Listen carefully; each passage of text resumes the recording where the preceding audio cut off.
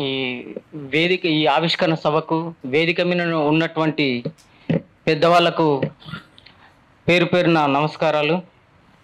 Actually నేను మాట్లాడాలని అనుకున్నా, బట్ ఈ అన్నవాళ్ళు నాకు చాలా ఆత్మీయతలు.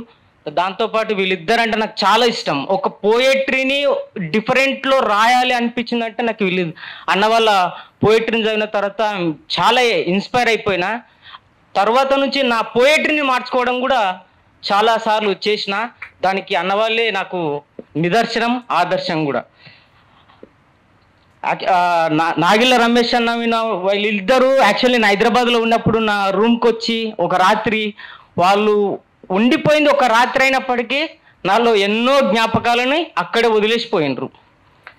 యాక్చువల్లీ మెతుకులు పుట్టని బతుకుల మీద ఓ బంగారు పాఠాన్ని రాయాలే గాని పేగుల్లోని కడుపుకోత వినబడుతుంది.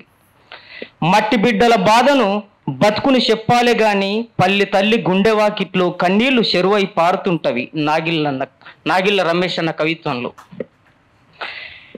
తగుళ్ళ గోపాలన్న పొద్దంతా ఆకులు అలంని మేసొచ్చిన తల్లి మేకను దొడ్లోకి పోనీయకుండా కాలకు అడ్డంబడి కడుపాకటిని తీర్చుకొని తల్లి కడుపు కింద తలకాయ వెట్టి ఆడుకునే మేకపిల్ల సంబురం లెక్కుంటది తగుళ్ళ గోపాలన్న కవిత్వం. అసలు ఎంత ఒక పల్లె వాతావరణాన్ని తన పోయట్రీలోకి ఒంపుకుంటాడో ఎక్స్ట్రాడినరీగా. అసలు అన్న పోయట్రీని చూసి చాలాసార్లు ఏడ్చిన వాళ్ళు, అన్నతోటి చాలామంది ఆత్మీయులు ఎక్కడో వేరే మారుమూల జిల్లాల నుంచి వచ్చి కూడా అన్న పోయట్రీని చాలామంది అంతగా ఆకట్టుకోవడానికి మెయిన్ ఏంటంటే నేను రాసిన పోయట్రీలో ఒక లైన్ అన్న కోసం రాసిన. తడిసిన పాత మట్టి గోడల వాసనతో కమ్మగా కడుపు నింపుకున్నవాడు తగుళ్ళ గోపాలన్న.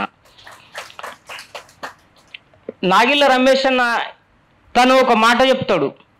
ఏమని అంటే, ఎప్పటికైనా పల్లె చెరువు మీద ఒక తెల్లని కొంగలాగా వెండి పద్యాన్ని రాయాలి అంటాడు. పల్లె మీద తనకున్న ప్రేమ, వీళ్ళు చూపించిన నాకు వీళ్ళ మధ్యలో ఉన్న ఆత్మీయత, దాన్ని చూసి నేను చాలాసార్లు నా పోయట్రీని కూడా ఈ విధంగా తీసుకురావాలని నాకు చాలా ఇష్టము. దాంతోపాటు యాకూబ్ సారు మమ్మల్ని ఒక పిల్లల కోడిలా చూసుకుంటూ మమ్మల్ని సముదాయించుకుంటూ ఎక్కడో హైదరాబాద్ పరిచయం లేని 2018 సంవత్సరంలో నేను యాకూబ్ సార్ని దొరకబట్టుకొని సార్ వాళ్ళ ఇంటికి వెళ్తే నన్ను కుసనబెట్టుకొని ఆ రోజు చూపించిన ప్రేమ ఇప్పటికి నాలో ఇంకా తడి ఆరలేదు. అది అంత ప్రేమ యాకూబ్ సారు, అలాగే శిలాలుత అమ్మ కూడా, వాళ్ళిద్దరు నాకు చూపించిన ఆ రోజు ప్రేమ ఇప్పటికీ నన్ను ఒక చేయి పట్టుకొని నడుస్తున్న వాళ్ళ వెనుక అంటే నాకు ఆ రోజు జ్ఞాపకాలు, వాళ్ళ మధ్యలో ఉన్న నాకు ఆత్మీయతలను గుర్తు చేస్తున్నాయి. నాకు ఈ అవకాశం ఇచ్చినందుకు అన్న వాళ్ళకి ఇద్దరికి థ్యాంక్స్.